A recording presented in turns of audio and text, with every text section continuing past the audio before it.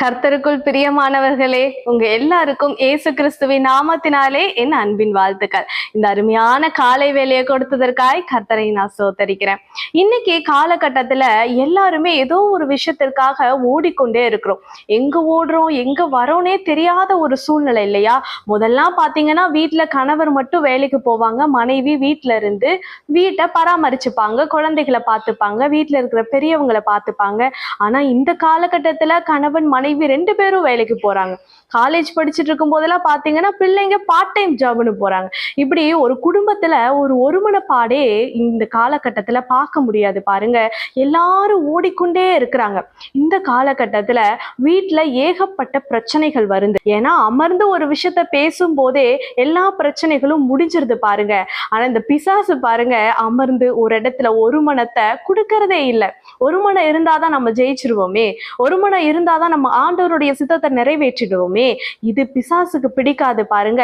இந்த பூமியானது பிசாசினுடைய கரத்துல இருக்கு, பிசாசினுடைய பிடியில் இருக்கு. ஆனா இத குறிச்சு ஆண்டவர் உங்களை விழிப்பா இருக்க சொல்லி சொல்றாங்க. எப்படி விழிப்பா இருக்கணும்? ஒரு வசனத்தை வாசிக்கலாமா? எடுத்துக்கோங்க.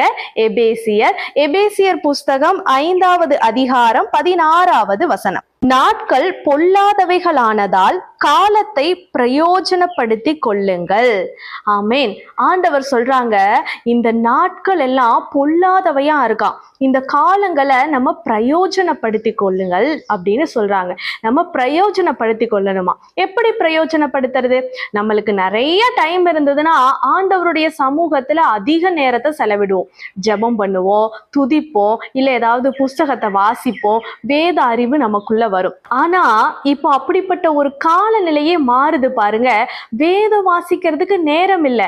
அநேகர் சொல்றாங்க, எனக்கு பைபிள் படிக்கணும்னு ஆசை, ஆனா அதுக்கான நேரம் இல்லை. காலையில அவசர அவசரமா ஓடுறேன், அவசர அவசரமா வர்றேன், நடுவுல வீட்டை பார்த்துக்கணும், இப்படி ஏகப்பட்ட காரணங்கள் இருக்கு பாருங்க. சர்ச்சுக்கு போறனாலா பார்த்து ஏதாவது ஒரு ஃபங்க்ஷன் வந்துடும், இல்ல வேலை வச்சிருவாங்க, இப்படி ஏகப்பட்ட காரணங்கள் இருக்கு. ஆண்டவரையும் நம்மையும் பிரிக்கிற ஒரு சூழ்நிலை. இததான் பிசாசு நல்லா பயன்படுத்தி கொள்கிறான். ஆண்டவர் அன்னைக்கு சொல்றாங்க, நீங்க விழித்திருங்க. ஏன் விழித்திருக்கணும் அப்படின்னா, நம்ம சோதிக்கப்படாதபடிக்கு நம்ம விழித்திருக்கணும். அந்த வசனத்தை வாசிக்கலாமா? எடுத்துக்கொள்ளுங்கள். மத்தேயு புஸ்தகம், மத்தேயு சுவிசேஷம் 26வது அதிகாரம் அதன் 41வது வசனம். நீங்கள் சோதனைக்குட்படாதபடிக்கு விழித்திருந்து ஜெபம் பண்ணுங்கள். ஆமேன். ஆண்டவர் ஏன் விழித்திருந்து ஜெபம் பண்ண சொல்றாங்க? நம்ம புரிஞ்சுக்கணும். அப்போ ராத்திரி ஃபுல்லா தூங்காம விழித்திருக்கணுமா? அது அல்ல. ஆண்டவர் சொல்றாரு, ஆவிக்குரிய ரீதியாக நம்ம விழித்திருக்கணும். நம்ம கண்களை மூடி இருக்கிறது மாத்திரம் தூக்கல்ல, ஆவிக்குரிய கண்கள்ல நம்ம விழித்திருந்து எல்லாவற்றையும் பார்க்கணும்னு சொல்றாங்க. பேதுரு கிட்ட சொன்னாங்க இல்லையா, 1 மணி நேரமாவது என் கூட நீ விழித்திருக்க கூடாதா? இன்னைக்கு ஆண்டவர் அதையே தான் நம்ம எல்லாரையும் பார்த்து கேட்கிறாங்க, என் கூட விழித்திருக்க கூடாதா, என் கூட விழித்திருக்க கூடாதான்னு. எப்படி விழித்திருப்பது? ஒரு விஷயத்த நல்லா புரிஞ்சுக்கோங்க.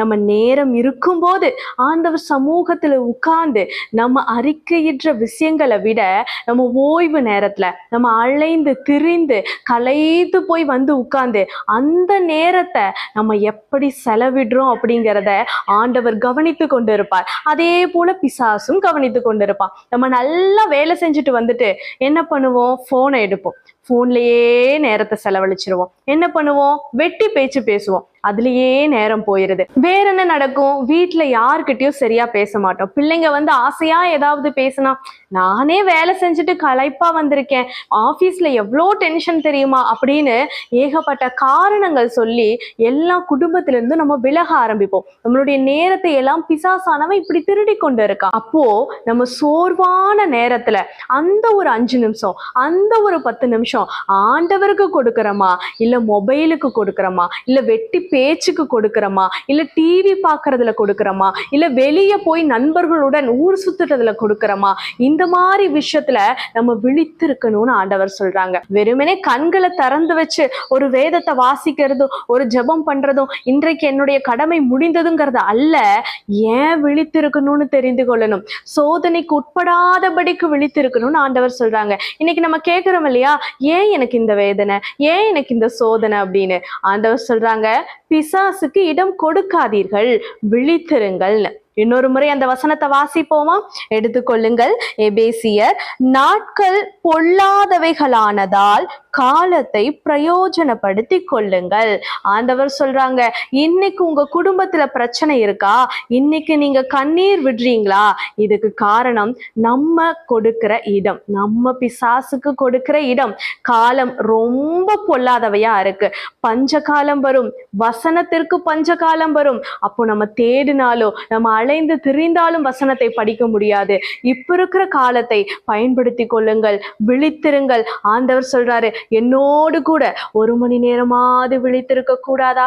இன்றைக்கு உங்களை பார்த்து சொல்றாங்க, உங்களுடைய பிரச்சனைகள் மாறணும், உங்களுடைய கண்ணீர் மாறணும், உங்களுடைய கவலைகள் மாறணும்னா நீங்க ஆண்டவரோட கூட ஆவிக்குரிய ரீதியில விழித்திருங்கள். உங்களுடைய பிரச்சனை நிச்சயமாக மாறும். ஜெபிக்கலாமா? கண்களை மூடிக்கொள்ளுங்கள். கர்த்தாவே, உம்மை சோத்தரிக்கிறோம் அப்பா. கேட்டுக்கொண்ட வசனத்தின் படியாக ராஜா, இந்த நாட்கள் பொல்லாங்கானதா இருக்கிறது ஏசப்பா.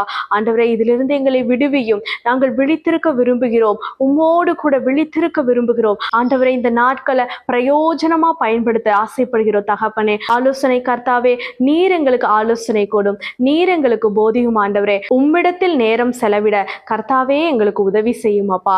கர்த்தாவே, உமக்கு பிடிக்காத எந்த ஒரு காரியத்தில் நாங்கள் எங்களுடைய நேரத்தை செலவிடாத படிக்க ஆண்டவரே, உம்முடைய கரத்துல எங்களை தாழ்த்தி ஒப்பு கொடுக்கிறோம். நீர் மகிமைப்படுங்க, நீர் பொறுப்பெடுத்துக் கொள்ளுங்க. இயேசுவின் நாமத்தில் பிதாவே, ஆமேன், ஆமேன்.